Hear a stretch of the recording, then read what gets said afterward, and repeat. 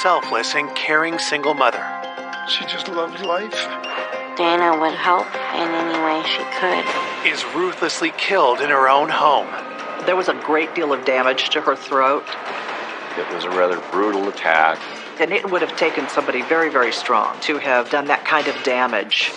Leaving a family devastated. I cried every night.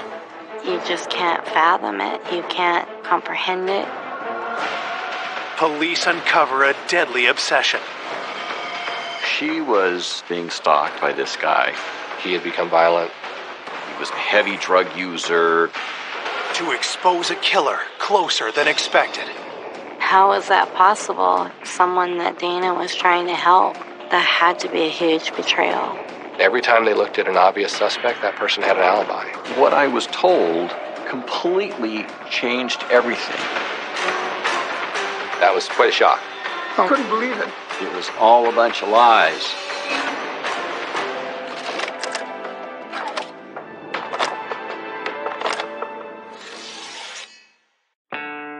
Puyallup, Washington. A charming and peaceful town at the foot of Mount Rainier.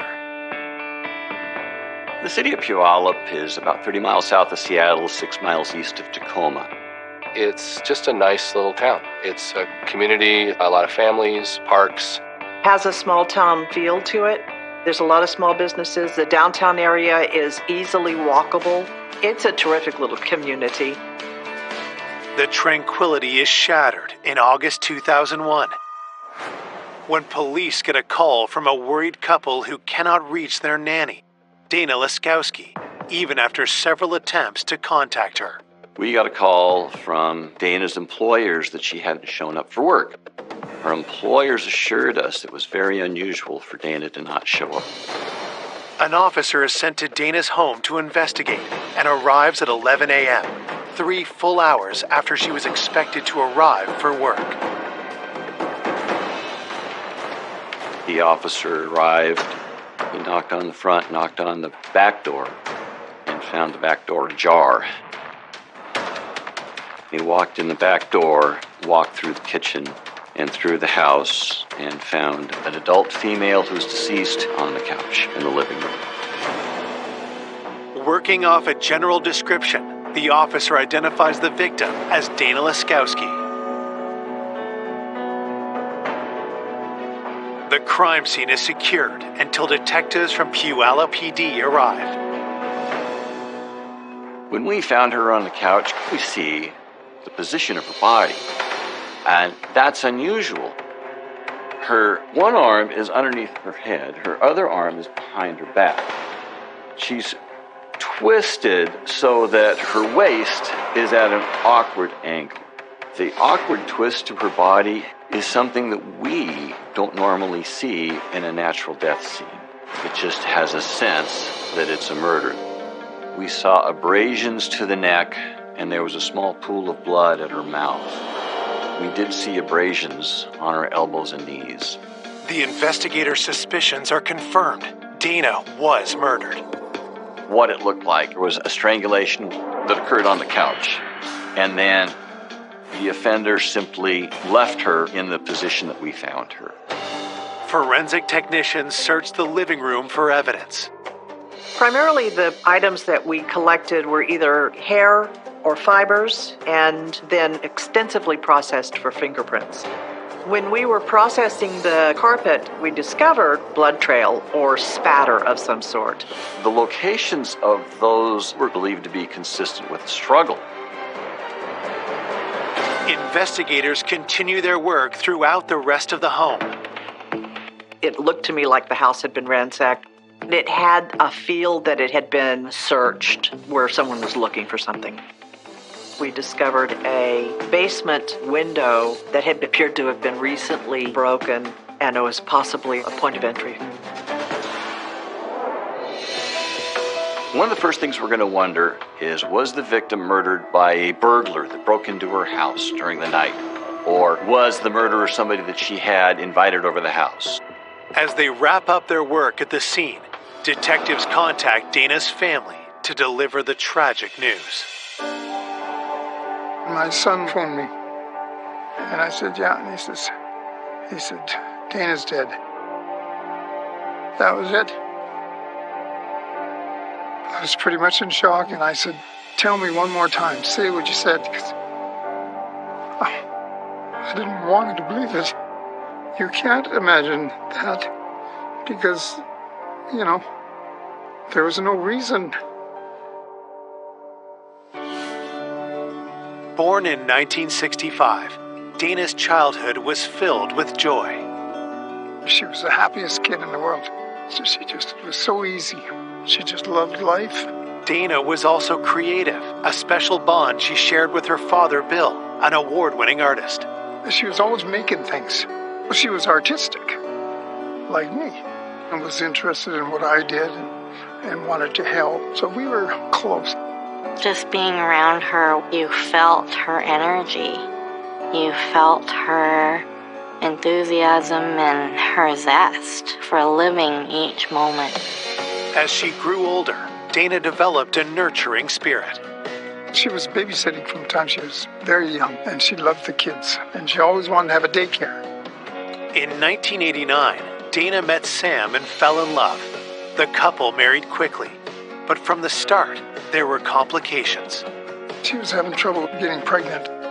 In 1993, after years of fertility treatments, Dana's wish of starting a family finally came true. She was so excited when she found out she was pregnant, because that's what she really wanted all her life, and it was a pretty exciting time. Dana's delight only grew when she discovered they were having triplets. She loved the kids, because then she could bake and she could make things and do art. She loved it, she really did. But by 2000, after 11 years of marriage, the stress of parenting took its toll on their relationship. Dana told me that she had moved and that they were separated. As a single mom, Dana worked hard to provide a good home for her triplets. Dana cared deeply about family, and especially for her troubled 17-year-old niece, Amanda, with whom she was very close. Dana would do anything for Amanda. Amanda loved Dana, because, Dana was kind of this flashy, artistic type person, and Amanda loved all that too. Dana was a very kind, caring person, loved her family. Amanda was a frequent runaway. So Dana wanted to guide Amanda out of risky behavior, away from drugs, away from the runaway lifestyle. Amanda had a rough relationship with her parents, so would often turn to her favorite aunt. By all accounts, she was the kind of the cool aunt that you could go and actually tell the truth to about your problems. No judgment, just help. Dana soon became a surrogate mom to Amanda and her best friend, Emily Lauenborg.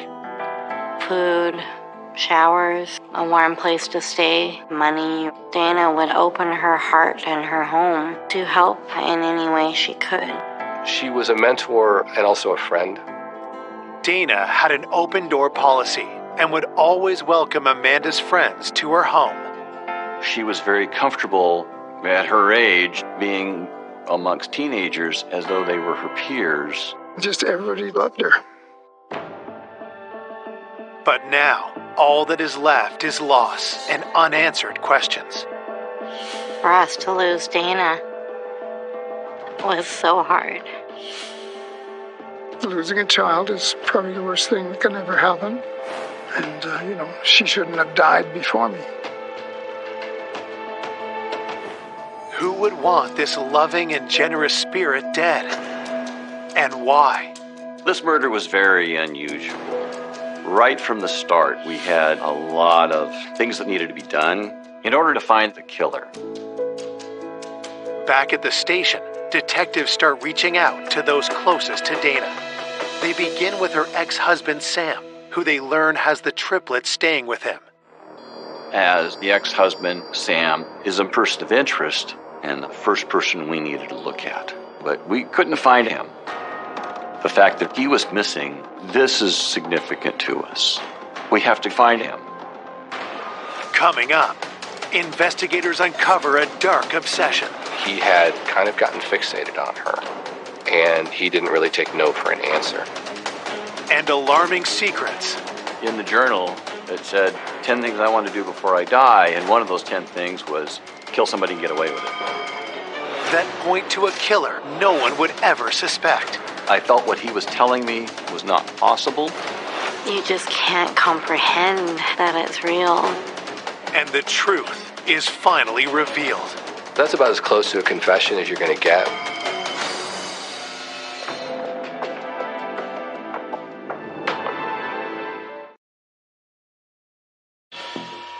Police investigating the murder of mother of three, Dana Laskowski, are trying to track down her estranged husband, Sam, when suddenly they receive a surprise call.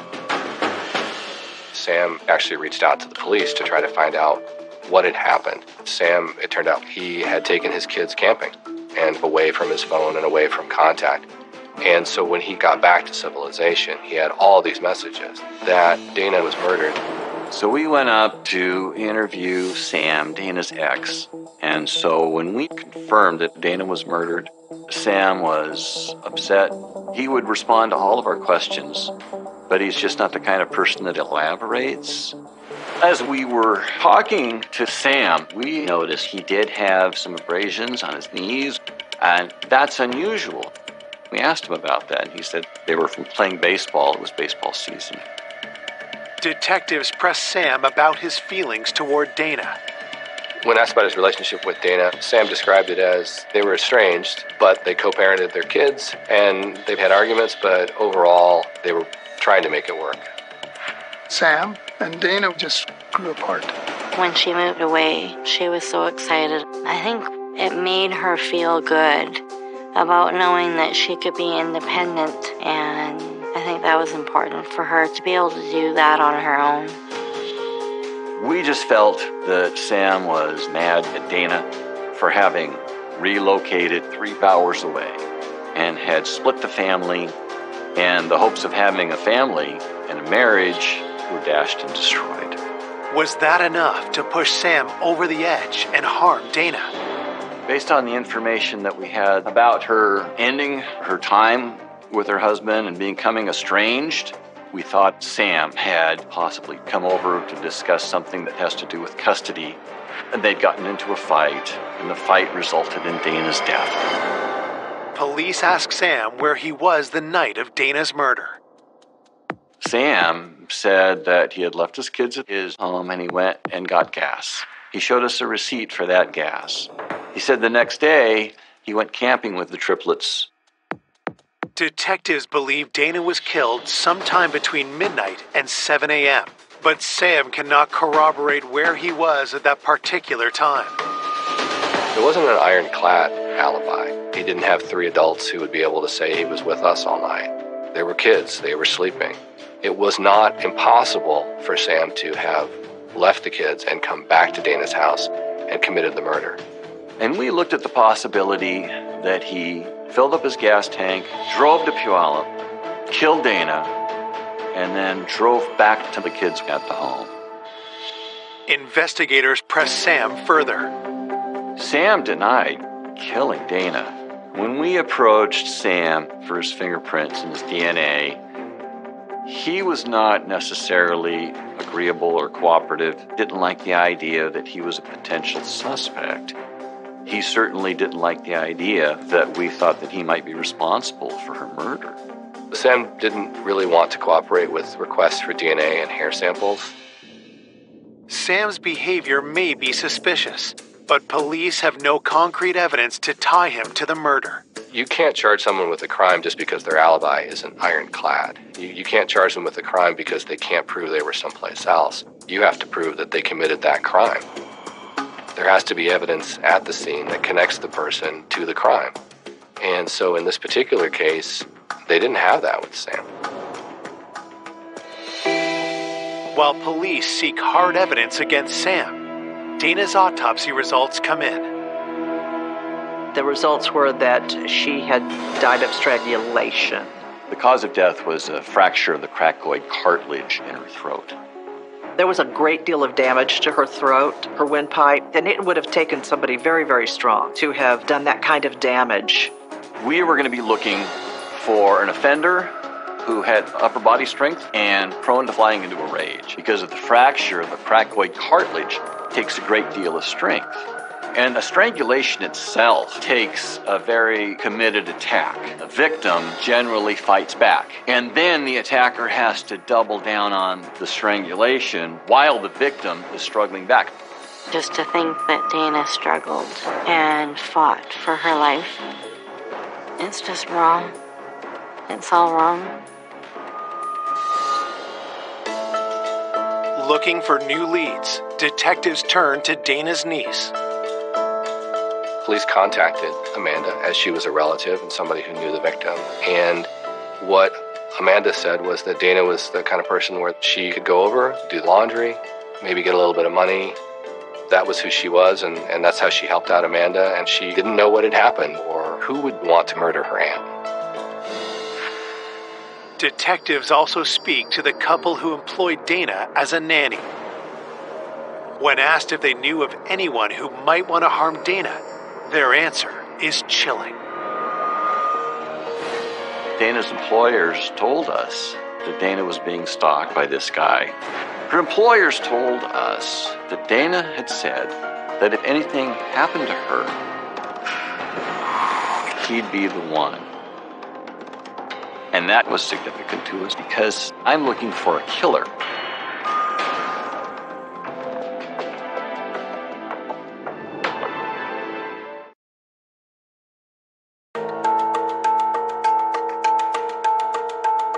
Police investigating the strangling of Dana Laskowski have been told that she was being harassed by a stalker. Could he be her killer? Dana's employers told us that Dana was afraid of this Patrick. Patrick was a guy that installed cable in Dana's area. He liked her. Dana had told her sister-in-law and her employer he had kind of gotten fixated on her. Dana, by accounts, let him know that she wasn't interested. Police learned that Patrick had been trying to contact Dana for over a month straight, and that his pursuit had become even more intense. Patrick was leaving notes and flowers on her back porch. He wrote some notes that were like poems. Then, the messages took a disturbing turn.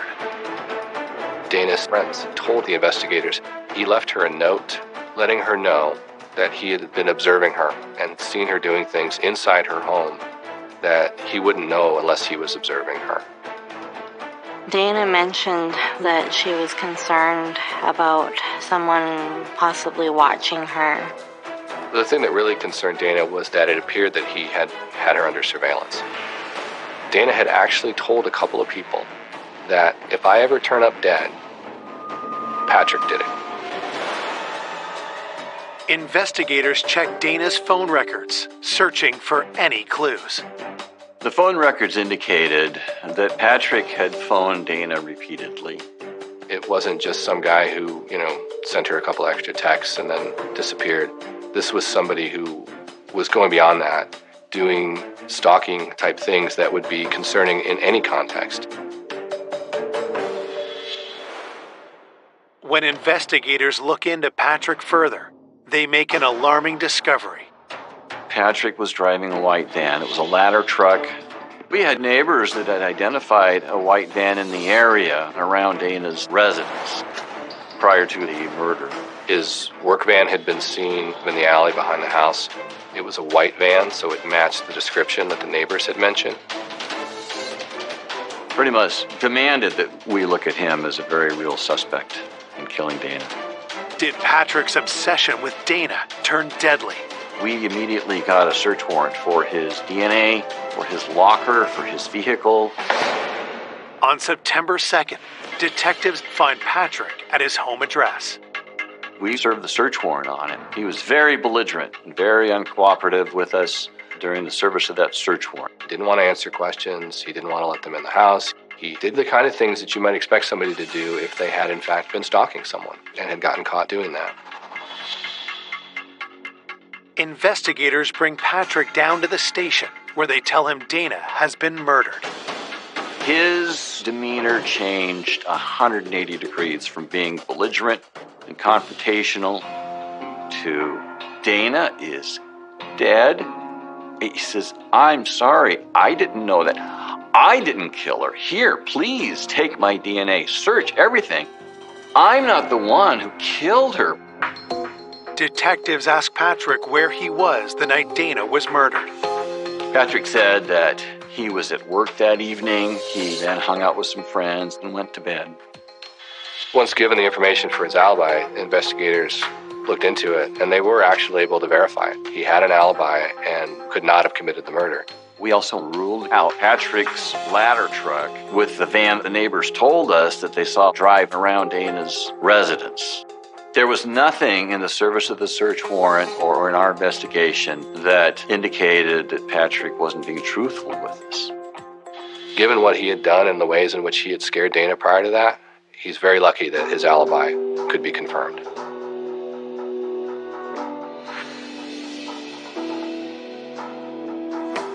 Having cleared Patrick, investigators now focus on another man in Dana's life, Michael, who they learn was having a long-distance relationship with her.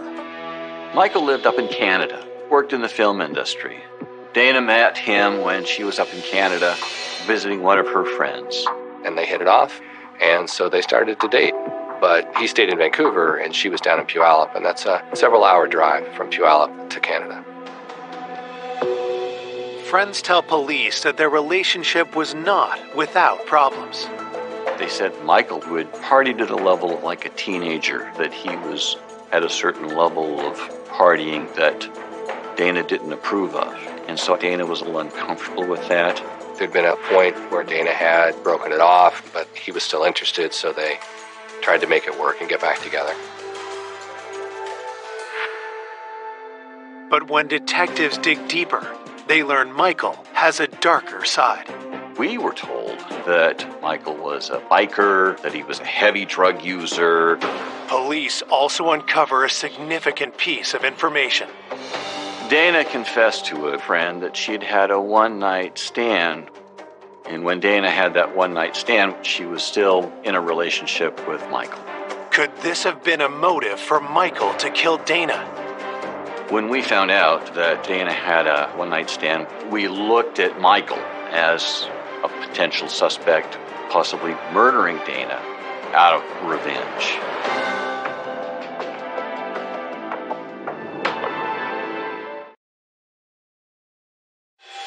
Investigators searching for the killer of single mother Dana Leskowski have a new possible suspect, her boyfriend Michael. Detectives want to know if an infidelity may have led to Dana's death. That caused us to believe that we had to rule him out as a person of interest. Michael lived in Canada, so we went up, and when we talked to Michael about Dana's death, it appeared to us that he was very emotionally overcome by it, that Dana was the love of his life, and that she had been taken out of his life, and that he was very seriously grieved. Michael also tells police he knew about the one-night stand, but had moved on. Detectives press him further. Michael told us that when he was on the phone with Dana on the night of her death, that she seemed a little guarded to him. He told her that he loved her, and then she didn't tell him back that she loved him, and he thought that was a little odd. He didn't like how the conversation ended. And that prompted him to want to get on the road and come down to see her and see if everything was okay. Michael claims he never made it to see Dana. He said he was stopped at the border and he was turned away. He had some legal matter up in Canada that wasn't settled, and so he wasn't admitted. There was border crossing records that verified his alibi, that he did not cross the border. He got stopped by Border Patrol, and so he was able to show definitively that he was not anywhere near Puyallup at the time of Dana's murder. We didn't find the evidence to support that Michael had committed the murder. Michael is ruled out as a suspect. Police also determined the man Dana had a one-night stand with was nowhere near her house on the night of the murder. At this point of the investigation, we just were really kind of at a dead end. I mean, there were all these people who would have been really good, solid suspects in any homicide investigation, but all of them had alibis, and all the alibis were verified. I was frustrated that the case wasn't moving forward, that it wasn't advancing. With the case at a standstill, detectives search for any detail they may have overlooked. Where Dana's ashes are inurned, there's a book, and people can go and write their memoirs. The book has been left open for comment since Dana's funeral. If the perpetrator was someone who went to the funeral, and if the perpetrator was someone who maybe has some guilt about that, they may have left a clue behind. When detectives look at the book, one entry, written over a month after the funeral, grabs their attention. One of the memoirs that was written by Dana's niece, Amanda. And she said, "I'm so sorry I wasn't a better niece for you. 34 days clean and sober. It's all for you." That was significant. There was something about the way that she'd written it that suggested it was a communication to Dana of remorse and to make amends for what had happened. And it was something that was significant enough to follow up on. Why did Amanda write that she had let Dana down? Detectives have a hunch that she may know more about her aunt's death than she's been letting on. That's it. That's the key. The key is the niece. I called Amanda in for an interview. When I asked her, "What do you know?" she said, "I wasn't there. I don't know what happened." With Dana gone, Amanda has been missing a mother figure, getting into trouble, and as detectives learn, spending time with a rough crowd. In the center of Puyallup downtown, we had Pioneer Park, and a lot of troubled teens would hang out there. The park kids called themselves the Park Rats. Amanda usually would be out around town in the middle of the night, hanging out with the Park Rats. Dana would often welcome Amanda's circle of friends into her own home. Could one of the Park Rats that Amanda knows have been somehow involved in Dana's death? And I talked to her about who of her friends would meet this profile of having upper body strength, prone to flying into a rage. And Amanda said, "Well, it sounds like you're describing Blaine." She said Blaine actually attacked her on a couch, and it was a rather brutal attack. Blaine had come on to her, and that she had rejected him, and that he had become violent. Had Blaine tried the same thing on Dana, only for things to turn deadly? Blaine had been in Dana's house before, in some casual get-togethers, and possibly Dana would have rebuffed that advance, and that Blaine would be the kind to fly into a rage. Then, Amanda reveals something else. Amanda said that while we were processing our Auntie Dana's crime scene, she was across the street. She ran into Blaine there. She said that Blaine had scratches on his arms. When I get this information from Amanda, I look in to Blaine, and I find that he's got a violent past, and he has quite a criminal history. Police learn that Blaine's rap sheet is extensive and littered with drug and gun charges. I felt he was a very good person of interest in the murder of Dana Laskowski. But there's a big problem. Blaine is no longer in Washington. I found him living in the far southeast part of the United States. I wanted to bring him back to Washington to collect his DNA, to talk to him as a person of interest. But he was not cooperating.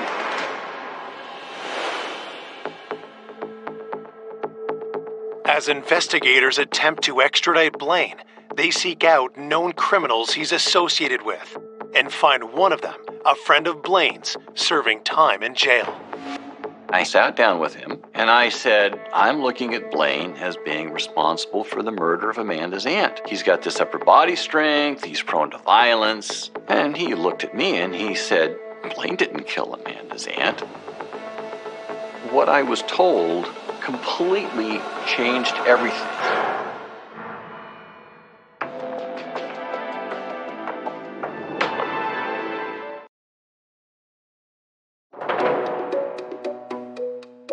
Detectives hunting the killer of Dana Laskowski have a new suspect, Blaine, the troubled friend of Dana's beloved niece, Amanda. With Blaine out of state, investigators grill his friend in jail, and what he tells them is explosive. So police suggested to him that maybe Blaine had been involved. The friend said, no, it's not Blaine, it's Emily. He said, Emily killed Amanda's aunt. It's a stunning allegation. 17-year-old Emily Lauenborg is Amanda's best friend and someone who Dana treated like a daughter. I felt what he was telling me was not possible because Dana always had an open door and was always welcoming to Emily. Police found out that a lot of times Amanda and Emily would show up at Dana's house. Dana was somebody that Emily could go to safely regardless of the circumstances, and Dana would take her in. So as you can imagine, that was quite a shock to the team. To confirm his story, investigators speak to other members of the Park Rats. Two of these kids told me, yes, Emily killed Amanda's aunt. Blaine didn't kill Amanda's aunt. Nobody doubts that Emily did it. Nobody. One of these individuals told us that Emily was doing a lot of drugs. Had Emily's reckless behavior somehow played a role in Dana's death? I was told that they all had nicknames for each other, and that Emily's nickname was Mutant. The first nickname that we called her was the Mutant, because she was stronger than any other girls that we knew. Everybody's scared. She'll beat your ass. She'll knock you out. She was tough. She would challenge them to wrestling. She would beat them in wrestling. She was very intense. And I was told she's able to choke people. She would wrap one arm around their neck, grab the other hand, and flip their body over her hip. And that was consistent with the body position that we found Dana Laskowski in. Twisted at the waist, with one arm behind her back, and an injury to the neck. And so the initial thought that it can't be her was slowly replaced with, well, maybe it could be her. She's intense, she's strong, and everybody seems to be kind of scared of her. Did Emily actually kill Dana? And if she did, what could be her motive for committing such a heinous crime? Investigators bring Emily in for an interview. I sat down with her, and I had a tape recorder, and she said, "Aren't you going to turn that thing on?" I would say she was quite self-confident, a little cocky. She was not particularly cooperative with efforts to talk to her about what happened. I said, here you are, sitting in a police station under suspicion of murder, and you're playing this game with a detective. And I said, look at these people right here that have told us you killed her. And she said, those people are lying, and that she didn't do it. She got very angry. Those people are lying. When investigators ask Emily where she was the night of the murder, she dodges the question. She was bartering and arguing with me and not really giving me a clear defense and denial.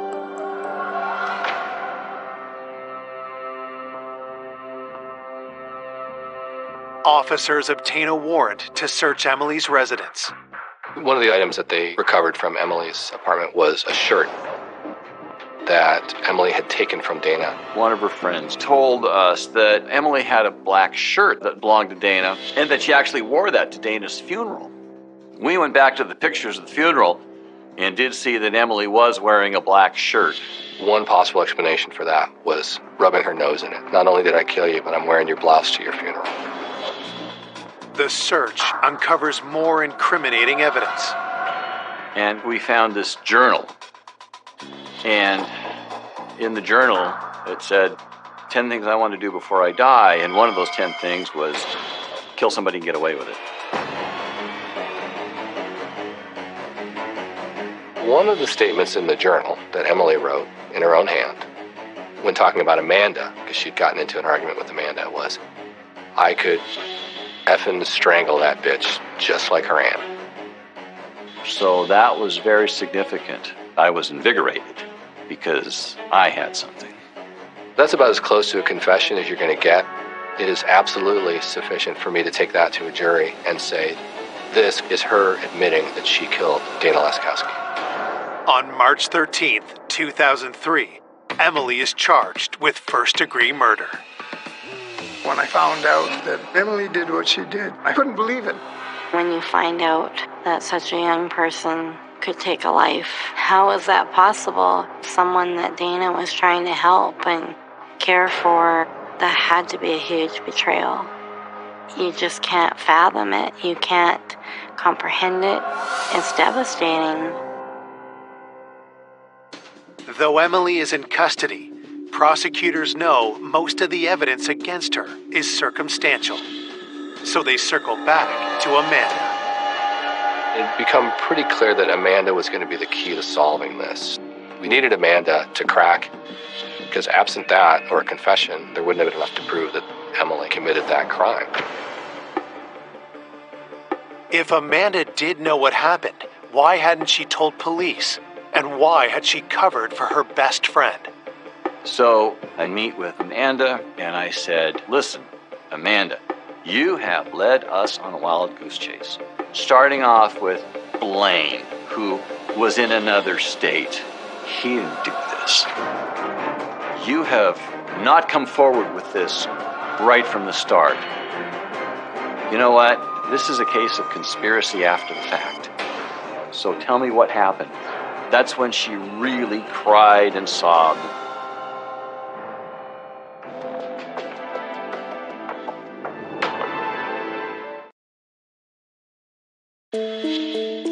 Police have charged local teen Emily Lauenborg with the murder of Dana Laskowski. Now, investigators suspect Emily's best friend, Amanda, Dana's own niece, may also be involved. I said, all right, tell me what happened. You've sent us on every possible goose chase and every rabbit trail you could head us down. It was all a bunch of lies. Through tears, Amanda makes a horrific revelation. Amanda disclosed that she and Emily came to Dana's house and they came to the back door. They were high on some drugs and they just went up to try to get some money. And Emily was rude and Dana said, you girls have to go. Things quickly escalate.